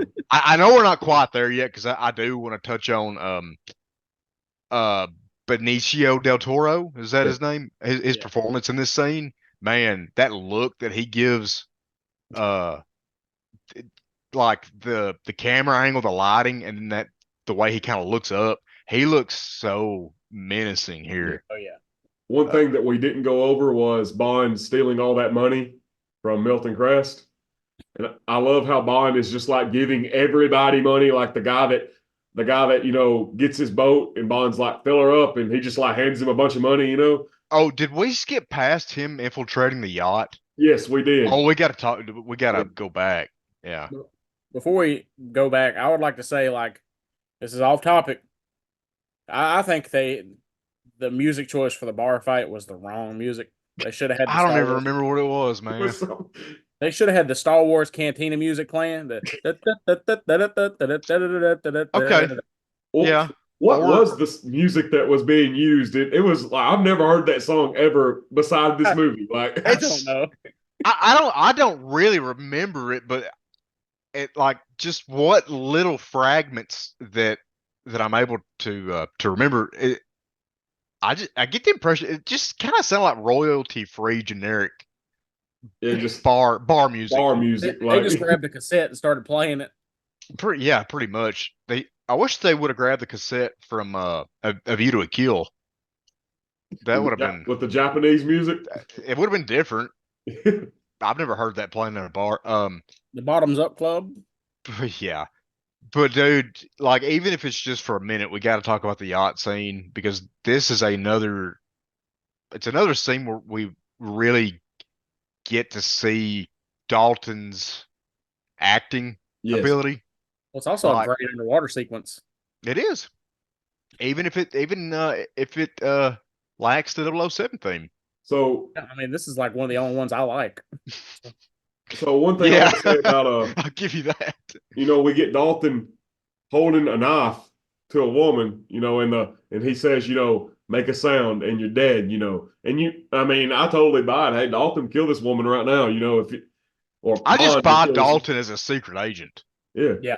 And of course, whenever he sees Sharky, dead, and the guy's laughing at it, saying, his name really was Sharky, and Bond's like, all right, well, I'm about to go out and just kill this guy right now. Okay. I thought about this scene a lot, and man, the best way for me to sum it up is like we've seen Bond try to restrain his anger for most of the movie, and you could say that he kind of loses his cool when he throws the briefcase full of money at the guy and makes him fall. I really think that Bond just saw an easy opportunity to kill this guy, is what that was. But in this scene, Bond is just so overcome by rage at this point. When he sees that, he's like, dude's got to die right now. Yeah. Dude's And got, like, even if I blow my cover and I just make, he does. yeah, he does. And I make a huge mess and like completely screw up my chance of escaping. This guy has to die. Yeah. This It was prick. deserved. And he exits the cabin, grabs the first gun he sees, and just ends this man. Compliment Sharky. Yeah, another great line. Yep. Yeah. He's the one-liners in this movie are a step up from the Living Daylights, I think. And Yeah, it's like they removed all the Roger Moore flavor out of it and tailored it to Dalton a lot better. definitely tailored to Dalton. And we see him water ski with a harpoon gun. I love this. I love that stunt. It's It's awesome. so awesome. This is my James Bond. Yeah. But this Just also the sets shot, up- the shot of him holding onto the harpoon gun and skiing across the water on his bare feet is probably one of the best shots in the Bond series. I mean, it goes understated, man. The stunts in these movies are they're incredible. Yeah. Like, these are incredible feats. And there's no CGI. Like, these are guys skiing on water barefoot. Like, Yeah. Yeah, I mean, this just amazing. And it also sets up a plot point later on in the movie because, I mean, you got to think Milton Crest just lost like millions of dollars of Sanchez's money because Bond just flew away with it. and the drugs. And yeah, I mean, yeah, that video. He of him stabs there all the bags of going to dope, cocaine. So, And that explains why Bond was able to ski barefoot. high as hell. He's fucked up on cocaine, dude. I will say this, guys. Like literally, if you were down there doing that, you would definitely be feeling something because that stuff. You'd feel something. It would have got all up in your. I mean, it was in his face and stuff, man. Maybe that was the whole point. Like, maybe he wasn't really trying to ruin the drugs. He was just like, all right, I got to get out of this I situation. gotta get out of here. I need some cocaine. I need some inspiration, and he just rips the bag up. But James Bond, all coked up. That's the name of the movie. But so continuing on, and this is when we, after this we get the barrelhead bar scene, and whenever they're going away, Pam gets shot, but of course she's got the Kevlar vest on. I guess this probably is when Kevlar was probably a new thing, wasn't it? She kind of talks about it as if it is new. Yeah, like She's like, amazing this Kevlar. This Kevlar's great, and Bond's like, you're bloody lucky to be alive, like He was pissed. Man, Bond's marksmanship has gone down a lot since the Living Daylights. Okay, to his credit, he was on a boat, like hitting waves and stuff as he's trying to shoot at those guys, but man, he missed them by a mile. Yeah. We had to be alive for the later act of the film. I know, but yeah, you're right. Why couldn't they have had Kevlar? Yeah, Just have right. Bond hit him and That's because they wanted that scene of Dario just menacing looking, man. Like, yeah. his portrayal in this movies. I love that guy. The performances in this movie are great. We haven't even really talked about Sanchez, the actor that plays Robert Davi, man. Robert Davi. Yeah. Amazing. Bro. Awesome. But dude, his performance as Sanchez is just a really great written villain, in my opinion. Yep. I think the villains in this movie are man, I hate to say this because I love The Living Daylights, but the villains in this movie are better. Yeah. They're more well-rounded. Oh, Yeah, and Robert Davi, is that how you pronounce his last name? Yeah. His performance as Sanchez is it's like Willem Dafoe's Green Goblin. It's like the perfect casting. Yeah, I couldn't see anybody else doing this No. role. but yeah, so of course we get the boat running out of gas and Bond and Pam enjoying a little R&R together. And then we end up in Isthmus City, which is a fictional area. But this is pretty much owned by Sanchez. He pretty much just runs the whole town. And of course, Bond comes into town, makes a bank account at Sanchez's bank, with all that money that he just stole from the guy. I love this. I love when he go ahead. Well, you figured he'd be on the lookout for something like that. Yeah. You would think. But also, like, that's the last place I would go to. I was about to say, all dude's money. Yeah, then again, it's like if he did notice that, he would be like, "Oh yeah, I mean, who has the balls? That's not my money." Yeah. But I do like that scene where he's talking to the head of the bank, and he's like, I need to make a small deposit. And he's like, I'm sure the tellers downstairs can handle that. And then he sets the briefcase down. He's like, oh, have a seat. Have a seat. I got you, dog. Yeah. And so what do y'all think about Pam Bouvier? Dude, she's sexy. Yeah, I've always thought she was sexy. And I'm gonna be honest with you guys, I usually like longer hair on women, but I mean, dude, she pulls off the short hair. definitely pulls it off, does. man. I mean, I always thought she was fine. So this whole Isthmus City, part. This is the part I wanted to bring up, Colton. So we see Moneypenny, and she makes an error on her topping, so M comes in and he's like, Moneypenny, you got a few errors in this paper. And then Moneypenny's like, yeah, I'm tore up about James. In the novelization of this movie, M says Bond has to be stopped, ... or helped. So kind of gives a little bit to what you were saying, maybe M's like, not totally against it. And of course, after this is when we get Q flying out, in probably one of Q's best, in my opinion, one of his best scenes. Man, Q is working in the field in this movie. And it's not some BS stuff, man. Q's like actually, doing some cool shit, John, Pardon my language. I love that you just told me this about the novelization. Yes. I didn't know that. You need to read it. I'm telling you, man, it's not that bad. It's good. That makes this so much better. Knowing that, like, there's something there. There's a part of M that's like he wants this agent back. If it was just any other agent, he probably would have just let the guy shoot him.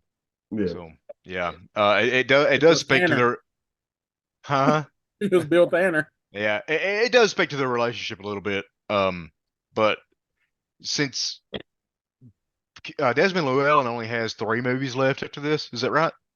Who? Desmond Llewellyn. Yes, 3 more. I'm so glad that he got a chance to do something like this. We got to see a little bit in Octopussy, I feel like, but not near to this extent. He is a straight up, even Bond says it, he's a field agent in this movie. Yeah, a damn good field agent. He's great. I'm really glad that they gave him a bigger part like this. He's just as important as Bond now. Yes. He's been in more movies than any Bond actor. Like, by far. Yeah, that technically that is right. Not near the screen time, but no, but yeah, I my heart though. What's that? Yeah, mine too, I think. Yeah. So of course Bond goes up in the office of Sanchez's place after he gets Lupe to take him up there, and Sanchez pretty much is like, who are you? And Bond's like, I'm a someone who solves problems. And Sanchez, this is one of my favorite lines. Sanchez is like, problem solver. And he's like, more like problem eliminator. You know, I was like, man, that is an awesome way to say I'm a hitman. You know what I mean? Like, I think what makes that line even better is Dalton's delivery. yeah, Like, now this is the part that I was referring to earlier that I think Colton actually brought up the hair. So I'm not on board with it. I think the makeup artist did him dirty, like you said.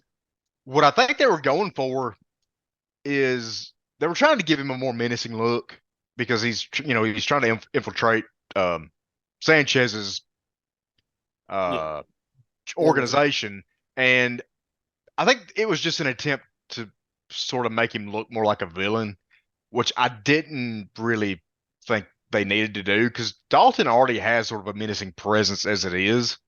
Um, so yeah, I really So wish they would have left his hair alone. so I'm not really mad about his hair style in this scene. Like it doesn't look good. Mm. I was just mainly talking about his hair cut in general in this movie.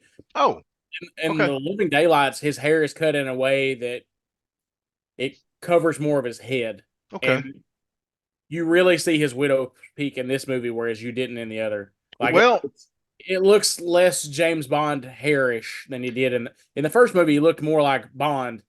now in the novels, Bond is described as having a widow's peak. Well, I'm just talking about like, You're saying it's just too much here. well, Like it's okay. So he doesn't look like he's got a widow's peak as much as he look like he's balding. yeah, it's receding hairline. Yeah. Yeah, I agree with that. Which I have no room to talk. And if James Bond was to be bald in a movie, Dude, it's only a matter of time for me. Like, let's be Caleb, real. you have what's his name? Oh my god. Oh my god. Give me a second. Keep Wait, talking. okay. I really didn't. Uh, Nothing about his haircut in general really stuck out to me, other than this scene, which I think it's more to do with how they just kind of peeled it back. yeah. But that's a really small gripe. I mean, we're getting into like nitpicky territory. It does not bother me that bad. Caleb, you have Will Friedle level hair. I Like don't your hair is perfect. I don't know Yeah, who you that do have some is. perfect hair. I ain't gonna lie to you. It is I don't good. know. But I don't know who Will that is. Will Friedle played the older brother Eric Matthews on The Boy Meets World. Oh yeah, you were talking about that earlier. Yeah. And he's also the voice of Terry McGinnis in Batman Beyond. Cool.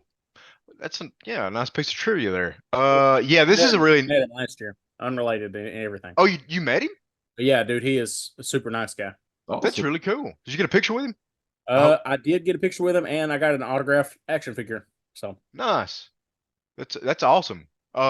you'd But like yeah, it. this is a really 90s hairstyle. I love it. Uh, I think you should never change that. since I said that reminded me of something that I wanted to say earlier. Man, Felix's office is a straight up 90s man cave. Yeah. I love it. I If I had an infinite amount of money, I would have that room in my house just for the nostalgia factor because you got the old bulky uh PC, you've got the big old was it a floppy disk that he hid in the I think it was just picture? I think it was a It was CD, probably just wasn't it? yeah, it's probably just a CD. But it was like a mini CD. It wasn't a full size Yeah, disc. I've seen those too. But that whole room just screams 90s, and I It love it. really reminds me of something my Uncle Steve, who is Aunt Kathy's husband, would have. Like that. Shout out Uncle Steve. Shout out Uncle Steve. I was about to say the same thing. But which Colton, you would know Uncle Steve from the Crispito comment. Remember? What kind of rap is it? I love that. I'm glad you liked it, man. Thank you, Uncle Steve. I feel like we're family now. But Shout out Uncle yeah, Steve. I agree with what you were saying about the Office. Definitely not very 90s looking. But so where were we at, boys? We're Bond is Bond Oh, yeah. has is just like he's telling Sanchez that he's a problem eliminator. Yeah. He's in the process of like winning him over. Yeah, so he goes back to his hotel room, and the receptionist is like, "Your uncle's, in," and Bond's like, "Oh, okay. So I got somebody waiting to kill me." So he's like, "Give me your gun," because his gun got swapped by, got Sanchez got it. Yeah. So Yeah. he gets her little like Beretta. I think it's a Beretta, and he takes It it up is. there. And turns out old Q came to save the day, and he's got a ton of little presents for him. I love the fact that the toothpaste is like a plastic explosive, and he's got the Lark cigarettes. It is Lark, isn't it, Colton? Yeah, it's Lark cigarettes, Yeah. which, by the way, for fans out there who love unrelated, semi-related James Bond content, watch Timothy Dalton's Lark cigarette commercial. It's perfection. I remember you bringing that up in the last show, and I've been meaning to look it up. Yeah. It's great. It's not long at all. All over YouTube. You can find it easy. Okay. But yeah, so of course Bond later on goes and scales the building, and which is, I mean, this is like some straight up spy stuff. This is just Bond's, James Bond shit. Yes, That's what's definitely. that is what's happening on screen right now. And Dalton, I've already said that how well he sells the action, but man, there's just something about the way he rappels down beside the window, like that is just pure James Bond imagery. And he sets the bomb up, and then he goes and gets his signature gun, which is that rifle. And I just love, he's watching through it and he's waiting for the right time. And he also looks over and he sees Pam Bouvier, so he in his mind he's like, okay, she's against me now. Mm-hmm. But like right before he's gonna detonate the bomb, which is gonna destroy the window so he can kill Sanchez, he says, "Watch the birdie, you bastard." I just like the way Dalton says it, man. Like, just. But of course, it blows, and Bond does not get a chance to kill Sanchez because ninjas come. Because these ninjas are part of the Hong Kong Narcotics Bureau. They take him back to their safe house, but then that safe house is then like attacked by. It's blown up by a tank. Yeah, by a tank. And this guy, what is his name? Killer? Is that what is it? Oh, man. It's the guy that Pam Bouvier was trying to make a deal with. Yeah. Unrelated. The beginning of the movie in the helicopter, was Bond using a Beretta? Yeah, well, he's actually using a Taurus. That was a Taurus? But it's a Taurus copy of a Beretta. Okay. My bad. Back to the show. I think it's called a Taurus PT9S, I believe is what I'm probably wrong on that, but it's something like that. It's basically a Taurus copy of a Beretta 92 FS. Yeah. Like that's what I was fixing to say it was. Yeah. But yeah, anyway, Colton, thanks for bringing that up. I like whenever Dalton's like, with the Taurus. Yeah, it's nice. Dude, all right, so he does it with the M92 or the Taurus, and then he does it with the little Beretta in the elevator, and somehow he makes that look cool. Yes, everything this man does is cool. It's like I remember seeing that in one of those promotional Bond montages or something, and it just looks. He just cocks the gun in a cool way, and it's not a cool gun. No, not really at all. But but yeah, man. Like so is that who you're trying to think? Killifer? Is that who you're trying to think of? No. Killifer's the guy that Bond fed to a shark. I'm talking about. Hold up. Yeah. Hold up. I didn't mean to derail you, man. No, you're good. I'm gonna figure out what his guy's name is.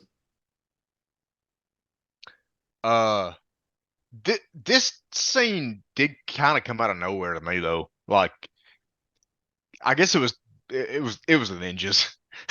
Like, it was kind of random, but now it did kind of make sense. Well, it makes sense in the fact that like Hong Kong is like at this time it was controlled by England. Yeah, and it's also an interesting Heller. That's his name. Heller. Heller. Oh, yeah. Yeah, I know what you're talking about.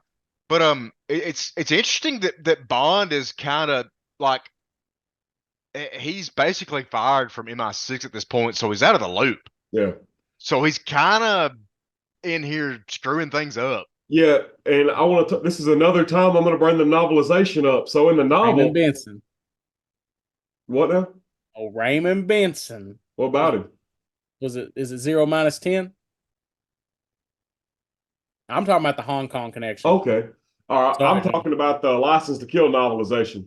No, I'm sorry, John. I Hey, was you're good, dude. You're Raymond good. Benson. I mean, I love Raymond Benson, I but do too. in the novelization of License to Kill, at this moment when Bond is basically took back to their safe house before Heller and the tanks come in, like they're there and they're pretty much like Bond, you are completely screwing up our sting operation that we've been working for years on. And Bond is straight up like, Bond realizes, shit, I've done messed this up. And he's like, okay, I'm offering you my services. I'll help you. And they're like, no, you're going right back to England and you're probably going to go to jail. Like, you're not going to help us. And You're a then criminal, James. and then the tanks come in, and of course those guys die. And but yeah, it's just, I mean, I love that novel just because it adds little things to it. You know what I mean? Like Yeah, that the movie doesn't sounds have. like it sounds like it really fleshes that part of the story out. Whereas here it's not like it felt shoehorned in, but I would have liked a little more backstory information, regarding their operation. Yeah. Because at the end of the movie, I was sort of thinking, okay, so are we better off now that Bond sort of stirred things up? Yeah, I don't mean, think we are. no, probably not. But so anyway, Bond wakes up at Sanchez's house. Sanchez pretty much like welcomes Bond in, and Bond pretty much tells him, hey, I was once part of the British Secret Service, and he hangs out there for a little bit. And of course, Lupe comes and Bond goes back into town by hanging on the side of a boat. Mm-hmm. And he goes back and he confronts Pam about what she was doing, talking to Heller, that guy. And she explains that they were going to offer him immunity if he can get the Stinger missiles back. So that's another plot. This is a John Glenn movie, so we got some 72 plots going on. We got a few different plots trying to go over the same movie. So I really felt a callback to the Animal Heart with the diamonds and the Living Daylights. That's not a human heart. hey, but animal's hot. That's not good. But it's not as confusing here. Yeah, not at all. Nowhere near as yeah. I feel like this movie is more streamlined. Daylight. So. Yeah, which I mean, at its core, this is just a revenge movie. It's really simple. So when you throw in the Stinger deal, it's whatever. The story can take more threads, and it's not gonna ruin it. So, pretty much Pam kind of just says, "Hey, I'm not going against you. I'm just trying to do my job." Right. So Bond calms down a little bit, and so what do you think about Wayne Newton's bunch? What about that? Because we're about at that moment of the movie. When we were introduced to him on the TV, is that what you're referring to? Yeah. Where Sanchez, I really didn't understand what was going on, but it has to do with people who are buying drugs from Sanchez, and they're throwing a money amount out to I guess pay for a key, like a kilogram or or whatever. Mm-hmm. Of cocaine, which is pretty much Sanchez's whole big deal is, hey, he doesn't want to take over the world. He just wants to be a very successful drug dealer. Yeah. He wants Yes. to like franchise cocaine selling pretty much. Yeah. Um, I do. I think it's really neat that they're using that as a front yeah. to sell drugs. It's like hiding in plain sight. It's What I like is when Sanchez is like, we initially started this as like a front, but he actually is yes, yeah. actually making some money. It's actually successful. Yeah, I really like that. Like I thought that was funny. But so we also get Bond taking the rest of the money that he got and putting it in Crest's depressurized chamber on his boat because Sanchez is coming by. And of course, Sanchez's men find all that money that Crest is saying is gone. So Sanchez. What does that look like? This is like one of the most gruesome deaths ever in a Bond movie. Like, just. Oh, yeah. Colton, what do you think about it? Guys, I was reading something. I'm sorry. I apologize. We're talking about Milton Crest's head getting blown up. Man, it was really gruesome. You guys know that in the United Kingdom's version, this wasn't originally in the film. Like it was cut. They didn't see it until it was added later on. Was it the DVD? The Ultimate Edition DVD, I believe. Really? On it, yeah. So the theatrical version had this part cut. What about the United States? I'm pretty sure the United States, it was there, right? Yeah. Also, this movie's rating because of this scene really hindered its box office performance. I imagine. In the UK, even though they cut that scene out, you still had to be 15 or older to go see this film. Yeah. And a lot of people didn't get to go see it. Not to mention, this movie came out. When it came out in the summer, there was a ton of other films that came out and were really, really big that summer. You had and I believe you had an Indiana Jones film, didn't you, John? Yeah, I think this was The Last Crusade, right? Yeah. I think you had The Last Crusade. You had Batman '89. I was gonna say Batman was out. You had Star Trek V. There was a lot of films competing with this movie at the time, and it was a lot. And I think it overshadowed this film, which this movie deserved way more recognition at the times. Yeah, it had a lot going against it, and then it kind of shot itself in the foot for having an R rating. Which, this scene definitely added to that, to the R rating, because dude, this is gruesome. Is it an R rating or is it PG-13? Yeah, it's the first PG-13 Bond film, right? This was definitely this was the first one that was PG-13, and it's been that ever since. So we've never. I'm gonna be honest with y'all. I wish we would just go ahead and get an R-rated Bond. I do too, but it's like it's the same situation with this movie. Even if it didn't have a lot of big movies competing against it, just having an R rating alone would stifle the ticket sales so much. I feel like. Yeah, you're right. I mean, we will never see an R-rated Bond movie. That I doubt it. Okay, so nowadays, I don't think that would stifle it.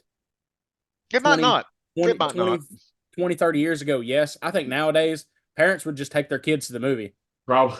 James Bond. Like, I've seen all these James Bond movies. Like, you see people dying in television shows way worse than some of the stuff you see now. And, like, an R rating can come from a lot of things. If they just let James Bond smoke again and they pay, like, the $1 million fee to whatever the FCC or whoever they have to pay to let them smoke in a movie, that right there, smoking alone gives a film an R-rated now. So that's why, Joker. The reason that movie, one of the many reasons that movie was rated R is because the Joker smoked in that film. They had to pay like $1 million fine to let him smoke in that film. Christ's sake, man! That is, oh my God! Yeah, if they ever want Bond to use any sort of, nicotine. It's gotta be smoking, because I swear to God, if I see Bond vape, that's it. I'm okay with Bond dressing up as a clown. I'm okay. I'm actually starting to come around to the slide whistle, but I swear to God, if I see Bond with a fucking jewel, So it's like you see Bond like, blowing all that smoke that all those hipsters do. Blue appleberry plum. From now, Long if it's a Q gadget, Maybe if it's a Q gadget, Like, if you maybe. if the smoke like knocks somebody out, maybe. knockout gas, that'd be all right. Well, I don't Not know. to- That'd be Not to tough. change the subject, guys. The thing I was reading is from License to Queer. They made a Twitter post today about Aaron Taylor Johnson. They're saying he's vacationing at GoldenEye in Jamaica. So, like, not to jump the gun, but there's more speculation saying that he still might be the next Bond. So, Yeah, dude, I love License to Queer. That's like one of my favorite Bond pages. I've been he's meaning got to some check good them material. out. I don't know that I'm entirely opposed to that. Dude, he looks the part. Yeah, I mean, he didn't in Kick Ass, but he does nowadays. What is? I'm sorry, Jonathan. How tall is he, real quick? I don't know, but he was a superhero, so at least 6 foot. Let me look him up. Continue. Sorry, you guys. I you're jumped good. all over the place. I was just gonna say, pretty much the point we're at now is when the Chinese people and Bond are now at Sanchez's like Factory. drug lab, 5'11". 5'11". That's an inch taller than Craig. Still not quite lore accurate, but So of course they're here and Dario's there, and he basically looks at Bond and is like, okay, well this guy's bad, and he gets the gun on him. Immediately recognizes him from the bar. Which you got to think, it's a wonder that they have not crossed paths before, because Bond has literally been living at Sanchez's house. Yes, very convenient. But anyway, so Bond then like pretty much blows some stuff up and gets runs off, only to be kind of just like taken prisoner by Sanchez, and they take him to the grinder to kill him. But then Bond uses, like just on his last leg, he says, "What about the stingers?" Which then makes Sanchez think, okay, Heller, Heller is double crossing me. Yeah, that didn't really help Bond much. Yeah, it just got Heller killed. Got Heller killed. Which you think about it, that's another way that Bond kind of screwed some stuff up. Yeah. But I mean, Heller was already a bad guy. We didn't see him, ice a bunch of good people anyway. So, but of course, we get this angelic looking performance of Pam Bouvier, who comes up in this white robe and shoots Dario. Okay, is that supposed to be like some religious imagery? I think that we're supposed to think that this is kind of like some sort of like divine intervention. Yeah, well, I mean, I think we're supposed to think that Dario is thinking this is like, an angel coming down or something like that. I don't know, but it gives even though she don't even kill him with the gun, it gives Bond enough time to pull him down. Well, ate up by that cocaine crusher.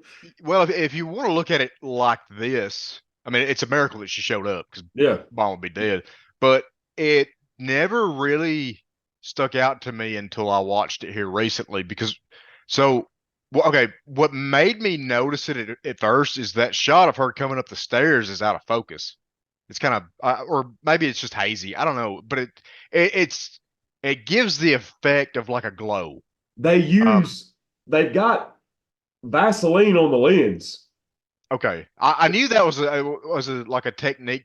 Yeah, a long time ago. I didn't know if that was the case, but yeah, I'm pretty sure they use that in this scene too, because she's looking so like it's got a glow. The shot has got a glow, and then when she approaches the top of the staircase, behind her on the wall is this yellow circle that it looks like a halo, maybe. Yes, but the way that shot is framed with her in front of that circle, it looks like they're trying to like maybe she's supposed to be the Virgin Mary or something like that. You know, Sure. like, Yeah. like I mean, it's just The Virgin weird the way they do Bamboozling. it. I didn't know if that was what they were going for. If so, I mean, it's definitely a shot in the movie. I don't know what else to say. But of course, Dario gets killed, and this is one of my favorite lines is like Bond's still hanging on, and this machine's still going, and she's like, "Are you okay?" And Bond's like, "Switch the bloody machine on." Yeah. Like, That scene in general, like between him dying and Bond's exasperation, it's great. It's one of the best yes. parts of the movie. Like it was That's- acted brilliantly all the way around.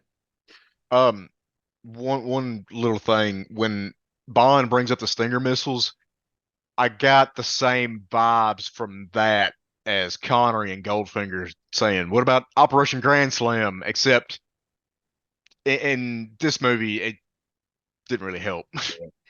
And of course, so Sanchez has all of his Kenworth tankers driving, Heck yeah, dude. and shout out to my dad. My dad loves Kenworths. In this scene, my dad would always talk about all the Kenworths being used. I mean, and this is one of my favorite pieces that I have. That's awesome.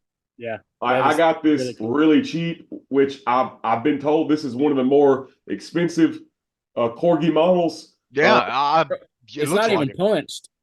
What? It's still got the punch tab in. It's not even punched. That's Yeah. beautiful. Oh wow. The only thing is the tanker has got some rather bad discoloring. I don't know if you can see it in here, but it started to like yellow because it's so Yes, old, I guess. it's the gasoline staining the paint. But this is one of my favorite things I have car wise. I'm a sucker for Corgi Bond cars, but I think it's an awesome piece, John. I do too. I don't have really do. anything. All of my Bond toys are like either Johnny Lightning or whoever made that really detailed Aston Martin. I don't have anything Corgi. But just Danbury Mint. yes. Just based on what little you showed me of your collection, Jonathan, look, they make some really good stuff. Oh man, they're awesome. I would like to have one video where we could just show our toys off. I mean, like a show and tell because I'm down. And I my dad love the is down. Corgis, My man. dad is down because he wants me to get all my shit out of his house. So, John, yeah. So does we your get dad own any Kenworths? what now? Does your dad have a Kenworth on He the farm? did, but he sold it. It was a Kenworth W900, and very. I mean, I let me just look that up. I think it might be the same model from the movie, or the same not the same year model, but yeah. Body style wise. yeah. That's pretty cool. It goes to show the great lengths why he would enjoy those so much of me, an enthusiast. So I think that's pretty cool. I know you use stuff like that on the farm a lot. So Transport stuff. So the one that's in License to Kill is in fact a Kenworth W900, and my dad owned one of those, and I actually think it might still be at our house. I mean, he sold it, but I don't think the man he sold it to ever came and got it yet. But yeah, man, it's just kind of cool, knowing that you've rode in the same truck that James Bond drove one exactly like this, But, yeah, John, I mean that's one step closer to driving a Bond car. yeah, Hey. Bond truck. But Yeah. so this next scene, and I love this whole little last part. We got Bond driving the big truck. Man, just me being a farm boy that I am, man. I grew up around semis all the time, rode in them. Like just that and tractors were big things whenever I was a kid, man. Just seeing my hero, driving a semi. And the thing, man, like it's not like Bond gets in it and he doesn't know what to do. No, Bond gets in it. He knows exactly how to drive one of them. Bond's got his CDLs. You know what I mean? Dang it! For sure. I was gonna say this is Bond's redemption. He got his license to kill revoked, but he got his CDLs. I mean, like, he gets in and he's like, well, all right, I know how to drive one of these. I can just do all this stuff with it. Like, I can even make it pop breaker. wheelies I'm and fixing stuff. to pop a fucking wheelie. Watch out. like, to this day, man, every time I watch that, I'm like, It doesn't make any sense. why does it pop a wheelie? So the frame Takes me is out of it. the frame. It's a solid frame. Like they had to cut the frame for it to do that. But And also, I love how what it I'm hits. saying, Go ahead. and what I'm saying is, trucks do not come factory like that. So, that That truck had been doing cocaine. I look, Bond can go to space all he wants, but a truck like that popping a wheel, no, I'm just kidding. It's a great stunt. It's just another example of the work that goes into these movies. Like I mean, the work that had to go into designing a truck that Yeah. could do that just for a 5-second shot. Like, it's dedication. And uh, this scene does go a little too far at times, Yeah, but I love it, man. I do too. I love explosions. Um, so all that stuff, and then Bond, of course, doing the wheelie through the fire, and then Bond getting up on two wheels to miss the rocket. Yes. It's just awesome. Like, So I'd like to say, like, growing up, my uncle drove trucks, and like I never thought they were really cool growing up, except for two movies I've seen. Black Dog I knew he was gonna say it. and this movie right here, License what to about Kill. what about Terminator 2? Terminator 2 is okay. I like Ah, Terminator 2. I like the motorcycle aspect of Terminator 2 more than the big truck aspect. yeah, I'll give you that. But also the stunts of them, like running across the top of the tanker and then dropping down between the truck and the trailer, all that stuff. Obviously, there's a lot of in studio shots, but I mean, if it wasn't for Timothy Dalton's face being present in the shot, I wouldn't be able to tell you what was in studio and what was on location. Like, it all blends perfectly. Yeah. I know we got about 10 minutes left because Oh, I'm sorry. Yeah. Good. oh no, it's all good. I just want to go ahead and finish up. So I like the way that Bond deals with Sanchez. Like, because Sanchez is gonna kill him. And Bond's like, don't you want to know why? And he pulls the lighter out from the first of the movie with that trick, like humongous flame it does, and burns him alive. And I just like that. I do too. I'm glad that the lighter came back into play. Yes. And also, like, when Bond asks Sanchez, like, don't you want to know why? Yeah. Sanchez is the type of person that, yeah, I would like to know why. Yeah, and then the last part of the movie, we got them, they're all hanging out at that place, the really nice, I guess, a hotel or something like that. And Felix, this is the only thing that really takes me out of the movie, because Felix is like, "Hey, James, what are you doing? Yeah, Why man, is he so happy? Yeah, we'll go fishing this week. M's got you a job." Oh, yeah. He's on morphine. Yeah, it gotta be. That's the only thing. Got to be on morphine. And then, like, Bond lets go of him, puts the phone down, and Lupe comes up to him and kisses him. But Lupe's fine and everything, but like, Bond in his mind is like, this girl is straight up trouble. You know what I mean? Like, Oh yeah. and Yeah. this is, even though she's fine and Bond, done things with her, at the same time, he's like, this ain't gonna last. And so I have to say, I totally agree with Bond picking Pam out of the two. Like, Lupe's fine and everything, but man, Pam is definitely the one I would end up. Well, in Bond's case, when the relationship inevitably ends, It's going to end anyway. Well, I feel like she would understand. Yeah. Well, in the novelization, Lupe comes up to him and just straight up asks, and she's like, I would rather be with you, but what do you want to do? Because if not, I'm going with Presidente over here. And Bond's like, I can't be with you. Like, I've got my own thing to do. And she's like, okay, understood. And she goes off with President, which that's just another thing about the novel, kind of giving you a little bit more insight. But I think I like that better. yeah, me too. I mean, it kind of makes her kind of be a little bit more smarter, even if she's manipulative. She's a little bit like, you know, I have a certain lifestyle I'm used to living. I need to maintain that. And but of course Bond then sees Pam, crying. I don't care much about. I don't like that Pam's crying. I think Pam is definitely a strong lady.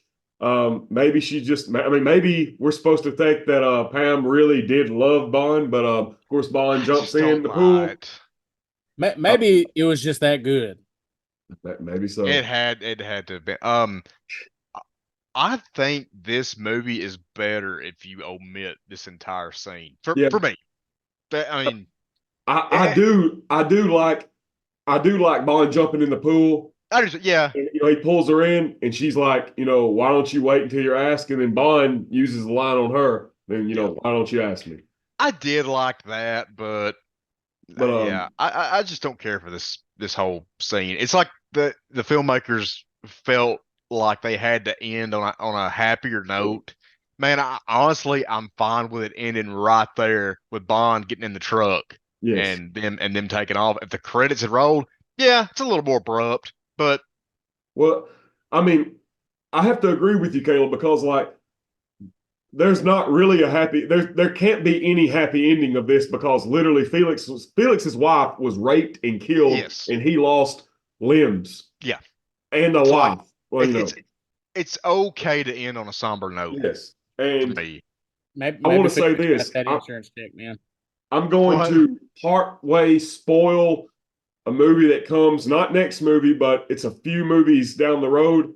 But there's another movie, I'm going to bring this up, that I think should have ended way different than it did. But that's I can't imagine what it would be. It's well, I'm not going to tell y'all yet. I know what it is. What? I know what it is. What is it then? Don't spoil it. I don't remember. Okay. Let's not spoil it then. Wait. It's got to be the newest one, right? No, sir. Oh, okay. It's a Pierce Brosnan movie. That's all I'm telling you. Oh, shut my mouth. Anyway, I mean, guys, I know that I don't know if y'all like the song if you ask me to, but guys, if you ask me to, it's like one of my favorite Bond songs. Like I love this song. It's pretty good. I like it. But License to Kill, man, it's a great movie. I love it. I love the novelization. I love the characters in it, the villains, the allies, the Bond girls, Bond himself.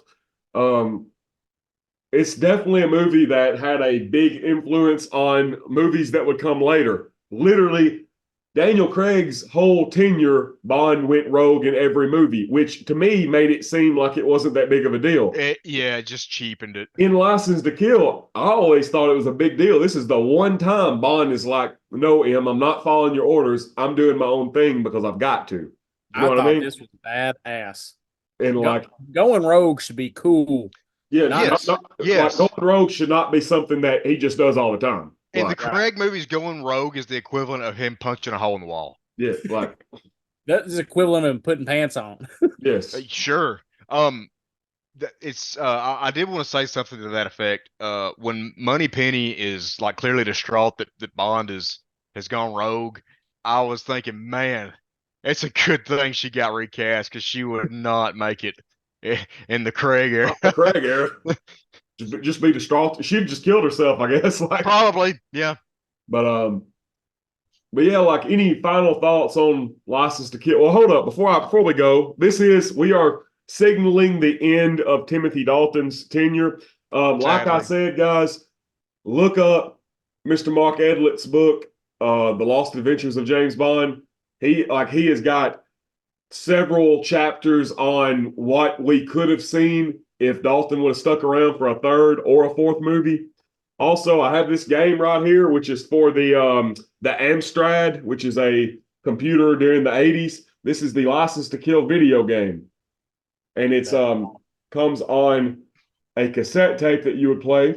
Wow. That looks And I also, pristine. this right here is actually Timothy Dalton's last I guess Bond adventure, and it's called James Bond 007 The Duel.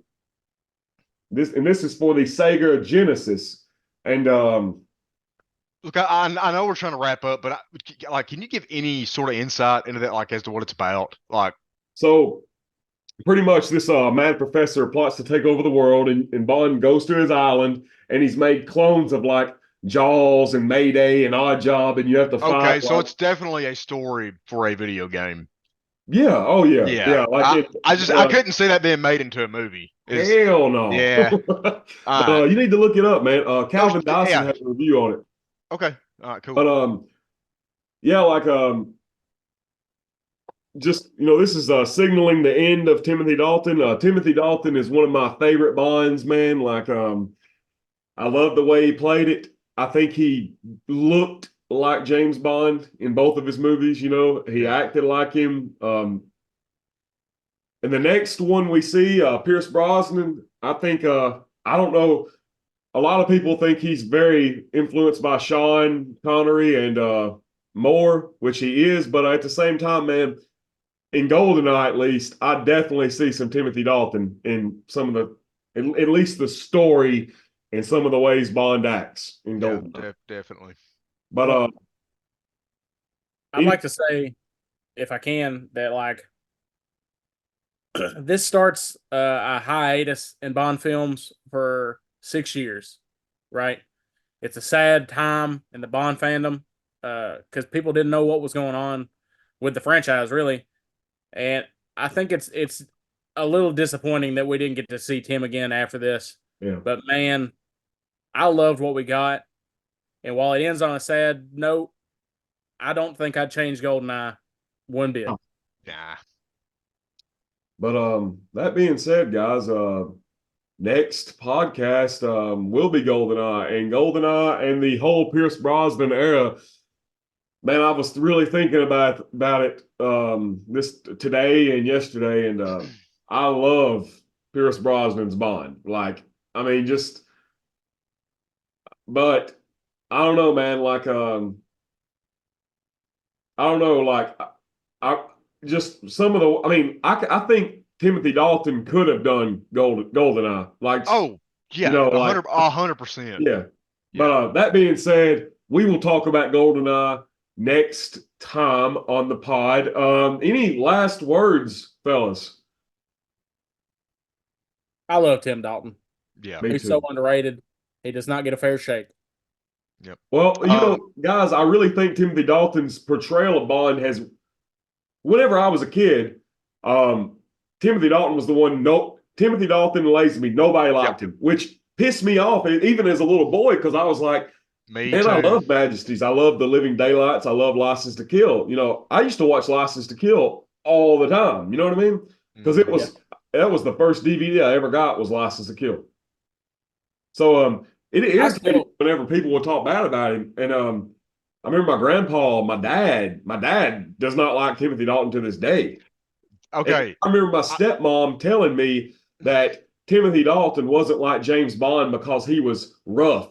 And I was like, now that I've read the books and that's the way Bond is. Bond is a brutal dude that if he has to do something bad, he's going to do it, I'm glad you brought that up because it reminded me. I did want to say this before the very short Timothy Dalton run was up.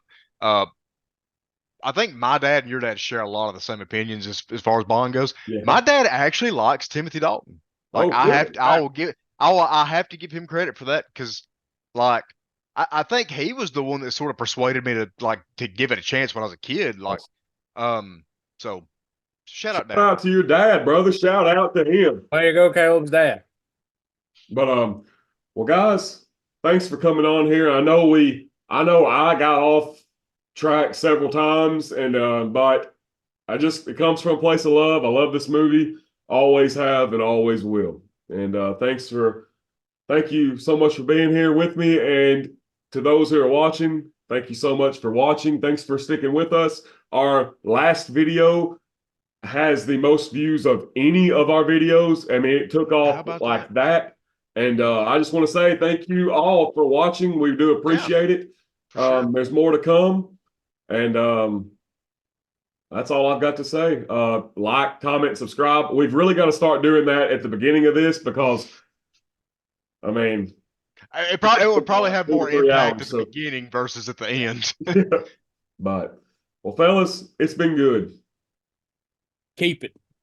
You earned it, old buddy. Chainsaw my ass. Switch the bloody machine off. And I'm now going to switch the bloody Zoom off. Till we meet again. Adios. Boys. Later. Hi, Moon. Thank you for joining us on For Your Ears Only, a Bondcast, episode 16, License to Kill.